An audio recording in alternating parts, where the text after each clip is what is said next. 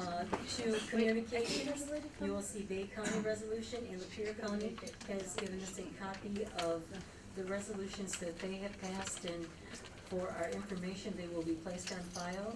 Is there anyone that has any comments or concerns of those being placed on file? Seeing none, we will move on to committee and board reports. Community Development and Strategic Planning, Commissioner Nash. Thank you, Madam Chair. The Community Development and Strategic Planning Committee met on October 15th, and there were no action items present on that agenda. Thank you, Commissioner Nash. We will move on to the Transportation Committee, Commissioner Wilkins. Thank you, Madam Chair. The Transportation Committee met on October 15, 2019. It was recommended, and I moved TR 1910-26 through TR 1910-27. We have a motion and support. Are there any comments, questions, or concerns on these motions? Seeing none, Madam Clerk, could I have a roll call, please? Vice Chair Foster. Yes. Commissioner Laring. Yes. Commissioner Mahoney. Yes. Commissioner Nash. Yes. Commissioner Skolnick. Yes. Commissioner Wilkins. Yes. Chairman Hughes. Yes. 7 yes. Thank you, and that motion is carried. Thank you, Madam Chair. That concludes my report. Thank you, Commissioner Wilkins. Ways and Means Committee, Commissioner Skolnick. Thank you, Madam Chair. I just have a question for you, or maybe the attorney. Item number 131, can we separate out the officers? Yes, you could.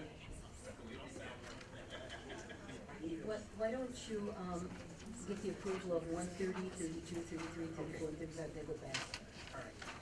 The Ways and Means Committee met on October 15, 2019. It was recommended, and I move WM 19/10-130, 132, 133, 134, and 135. Support.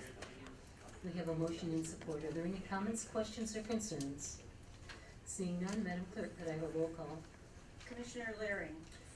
So, I don't have 135 on my, or actually I went from the Ways and Means agenda. It's the, okay. Yeah, I remember that one. Why wasn't that on the Ways and Means Committee meeting? Did that get added? It is on page 7. No, I'm on the committee meeting notes, and it's not on the committee meeting notes. Did that come up? Yeah, it came up, yeah, it was added at the meeting, yes. No on 130, yes on the rest. Thank you. Commissioner Mahoney. Yes. Commissioner Nash. No on 130, yes on the rest. Commissioner Skolnick. Yes on all. Commissioner Wilkins. Yes. Vice Chair Foster. Yes. Chairman Hughes. Yes. So the vote is 2 no on 131 and 7 yes. No, no. I'm sorry, 2 no on 131, the 2 No, no's were no, on 130. 130. on 130. Yes, 131, 131 was on the increase for, right, and we held that separately. so you're holding that Yes, separately? we're gonna hold that separately. Oh, so you're gonna vote that separately? Yes, So so it was then 130. 2 no's on 130 Mhm. and 5 yes, and 7 yes on the 132, 133, 134, and 135. Thank you, Madam Clerk, and that motion carries. Okay, Madam Chair, on agenda item 131, in the matter of salary increases of 2% for the senior elected officials, I'd like to break those out and vote on those separately. All right? Just, Don't you need a motion for that? Yeah, I think we should have a motion for that, correct, Madam Clerk? Right. Yes, we should. so I'll make the motion that we would Second. approve the salary increase of 2%, and we'll vote each one separately. Each one separately, okay? And we have a second on that motion. Any questions? Seeing none, all those in favor, aye. Aye. Opposed, the same. That One motion is opposed. carried. You want opposed? Yes. Okay, Okay. that motion carries. So the first item, I don't know, should I bring, the sheriff has already declined, so. Yeah, but he asked that his two, Madam Chair, yes. I'd like to address that to the court corporate counsel. The law says that when raises are given, especially to elected officials, that they're not allowed to deny them and ask that something else be passed on, because the state always wants to make sure that they're gonna get their taxes out of what that raise is gonna be. So I think there needs to be a ruling on whether or not an elected official can refuse to accept the raise and tell the board where it should be spent. Can I make a comment on that? The sheriff can take the raise and pass it on for that purpose, but, Commissioner Nash? I was gonna address the same thing because, even though the sheriff, you know, I like what you did and I appreciate what you did, but I also realize that this is an elected position and it doesn't mean the sheriff is always gonna be the elected sheriff. So we're not passing our money to him per se, but we're passing it on to the elected official who holds that position. And if we look at around the state, some of our elected officials per capita are paid much lower than others in the state. So just by what he said today, he's doing an excellent job, and I think he deserves a raise for all that he does. But again, it's to the elected official and not per se to the individual. So I just think that removing that would not be just as elected officials for all these different positions. So I just think they all need to stay together, and we keep the raise as it is. Is there any other comments? Madam Chair, Yes. he just put a different spin on it.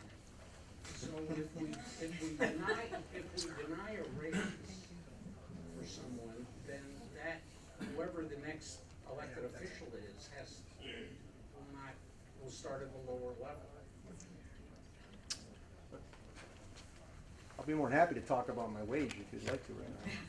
No, no, Sheriff. But what all the elected officials could do, and the sheriff could do also, even though he gets the raise, he could donate it back to whatever he wants to donate it back to. Certainly, if you would like to. I think we owe the sheriff the opportunity to speak to this. Mike, Muskegon County Sheriff, I'm absolutely not trying to be difficult on this issue. I just want you to understand I'm trying to do what's best for my staff.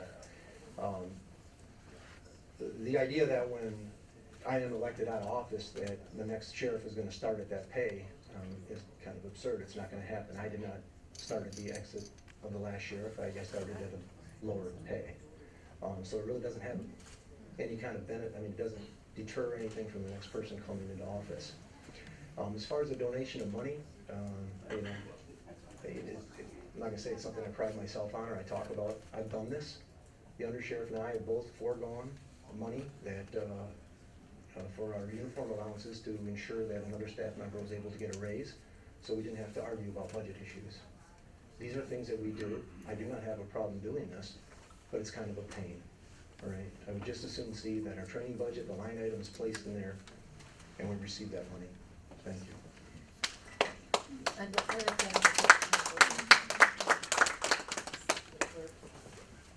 I hate to say this is the clerk, correct? That when a motion is made by this body, that they have to accept it, they can't reject it, they can return it back for their donation back.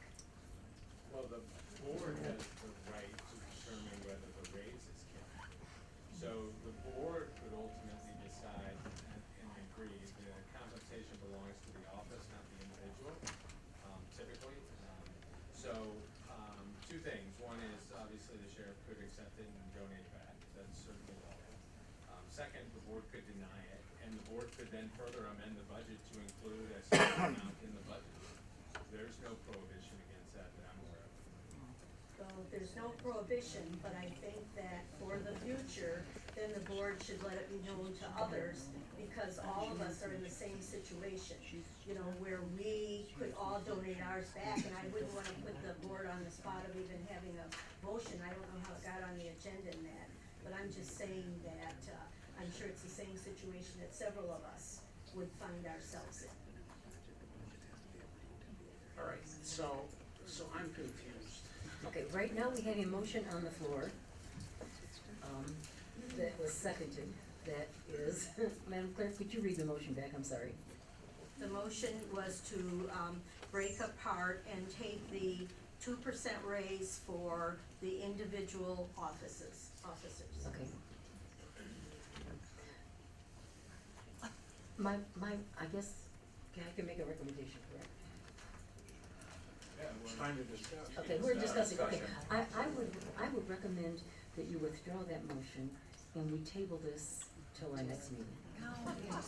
And that way, we would give the same opportunity to each different elected official to make their own decision, whether they take the 2%, whether they put it in a plan for their employees, however they want to do it. Just about to hear from the finance director. Everybody will follow. Just a comment, my understanding is that this action to give an increase has to occur before November first of every calendar year. So if you were to table this, there is no other meetings between now and November first. And the reason why the law requires that action to be taken is because next year, all of these people will be up for reelection, and anyone filing to run for that office should be entitled to know what their salary is gonna be. Commissioner Nash? And I guess that's why I'm making that point, is that we're actually giving a raise to the office. Yes. And it's not to a particular individual, because those names could change next year. And so if we don't give it to one, then whoever gets that office next year will have that lower pay anyway, because that's the rate that's set. So I just assume if we're gonna do it, we do it for all. If not, we don't do it at all. Madam Chair, I did not realize this was going to be this complicated. I will withdraw the motion. Or we can table it. We can't table it, Can't table. we can't table it because it's gonna be done before now. Let me ask our finance director one other question. If we were to go ahead and hypothetically give everybody the 2% raise, could they come to you and say, I would like my 2% put into a fund for X employee uniforms or whatever? Could they do that? I believe they would have to donate it back, as the county clerk mentioned. I mean, Could it be donated to a specific area in their budget? All right. I think maybe that motion is. Okay, so I withdraw my motion back to the 131, and I would like, and maybe that could just for everybody's information, this 2% raise, if I have my information correct, was promised to all the employees in exchange for, they took a fairly substantial cut in their ultimate pensions. And that was to help, I know that some of you don't think we're watching things, but we are. That was to help with the long-term pension, the amount of money we had to put away. So they took approximately a little less than a 10% cut in their actual end pension benefits in exchange for